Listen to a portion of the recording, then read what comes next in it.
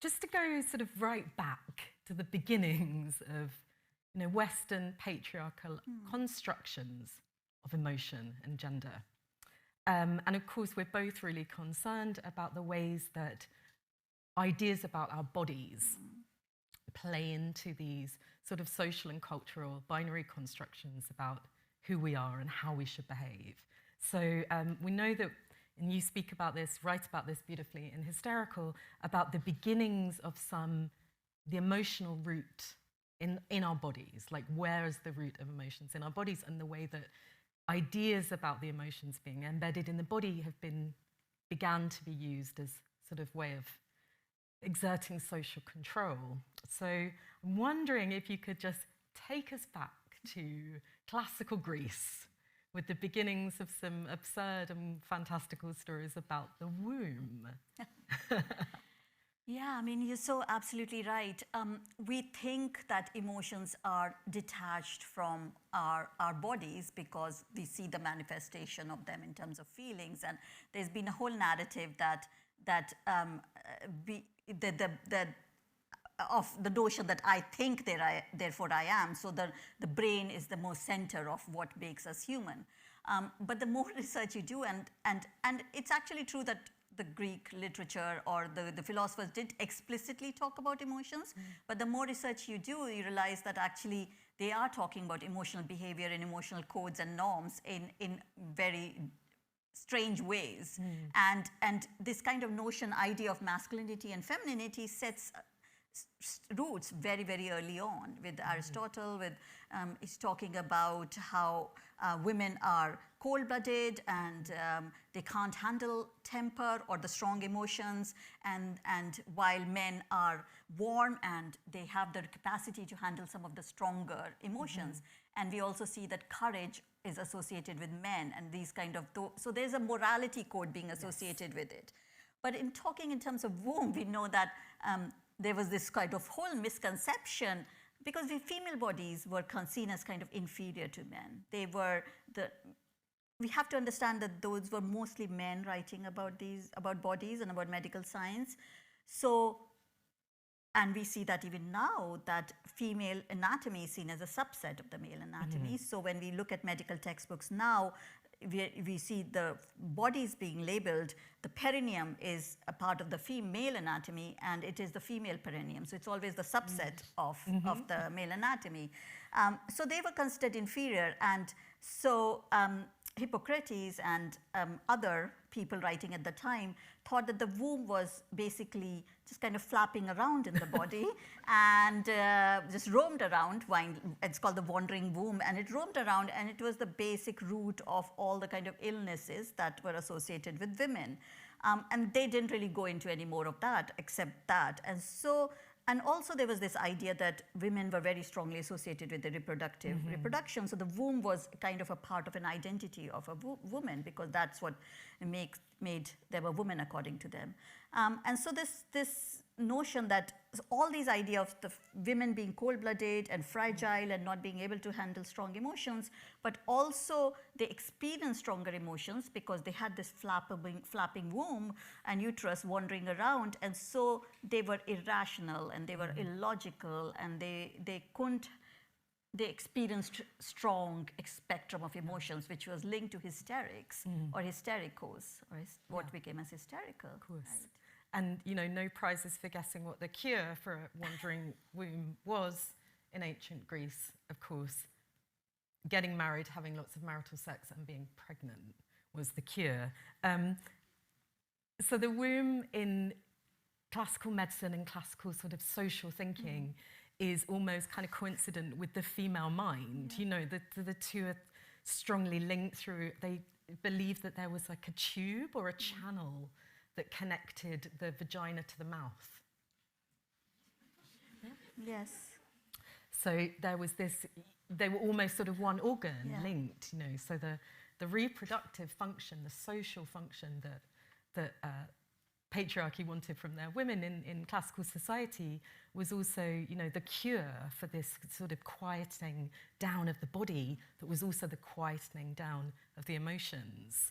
And there was this little short Hippocratic text called something like The Disease of Virgins, Yeah. where they talk about, very specifically about delirium and mania and hallucinations and even, you know, thoughts of self-harm or suicide in young women who aren't yet married and aren't sort of purging their bodies, like purging their menstruation. So the urge was to get, you know, marry and Yeah. reproduce really quick as a cure. So yeah, this idea that reproductive function, the social function, patriarchal duty is the cure for this sort of unruliness Yeah. is fascinating. I know it's something that fascinates both of us. Absolutely. Yeah. Just moving on to one of my favourite chapters in the book, which is called Chamber Pots. And I'm going to read out the quote from which Pragya took the amazing title of this, so, you know, buckle up. So this is a quote from Marsilio Ficino, I'm sorry if I bungled that, the Renaissance humanist philosopher, who said, "Women should be used like chamber pots, hidden away once a man has pissed in them." What a gent. Yeah, it was actually writing this book was emotionally exhausting and made me quite hysterical. So. But this chapter is fascinating because you really explore and write beautifully about some of the classical mythological representations of women's emotionality. And it always strikes me that in many of the Greek myths, there are some transcendent, incredible displays of female emotion, especially connected with mothering, maternity, motherhood, both sort of positive and negative. So thinking about Demeter's, her rage at Persephone being abducted by Hades is so intense that she changes the world. You know, she makes the world succumb to a famine. That's the power of her emotion. So there are these incredible, you know, cultural representations of the force, world-changing, transformative force of women's emotions. But yet at the same time, these myths were these kind of cultural cautionary tales, you know, warnings about what can happen if emotional women are allowed their own autonomy.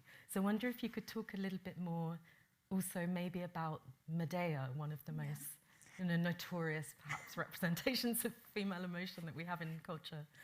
Yeah, absolutely.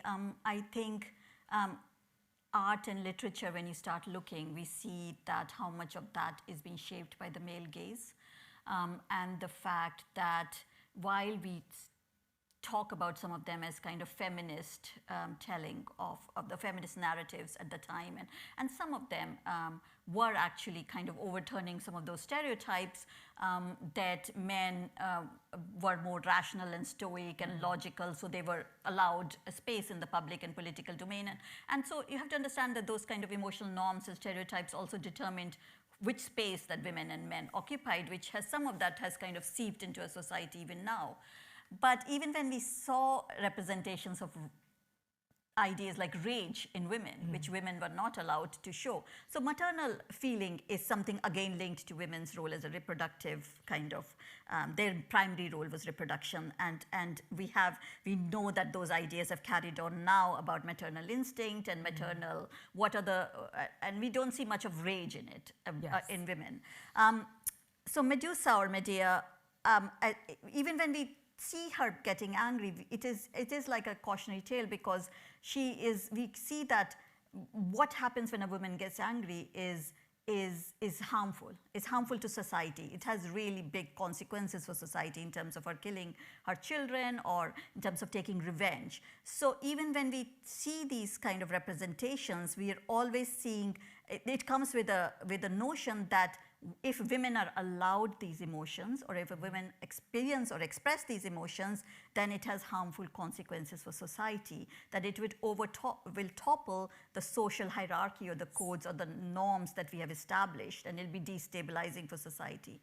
And in the Indian context as well, if you look at Indian mythology, there is a goddess called Kali, and if you're familiar with that representation, and most of Indian goddesses in Indian mythology are very calm and kind of have that with aura of like all the kind of feminine emotionalities. But Kali is the one who's shown as this goddess who's angry and but in her anger, although becomes that representation of female anger, of women anger, and and kind of a feminist representation that we grew up seeing, it's also a cautionary because she's shown with her consort, was Lord Shiva, prone in front of her, and she's got her leg or foot on him, that in her rage she doesn't distinguish who's a friend and foe, and in her rage she's also harming her partner and her lover. So there is that kind of notion that women can't control that rage because their bodies are fragile, their bodies are cold-blooded, their bodies are not strong enough to deal with this. That is why they shouldn't be allowed to have this. So it's kind of an inherent paradox in there, because those what literature or historical texts are telling us is that women are overexcitable and they experience these strong emotions more than men, because men have more regulatory powers, but women, when they experience them, it has a harmful consequence. So there is that notion that they can't control it if they experience it. They shouldn't be allowed to experience it.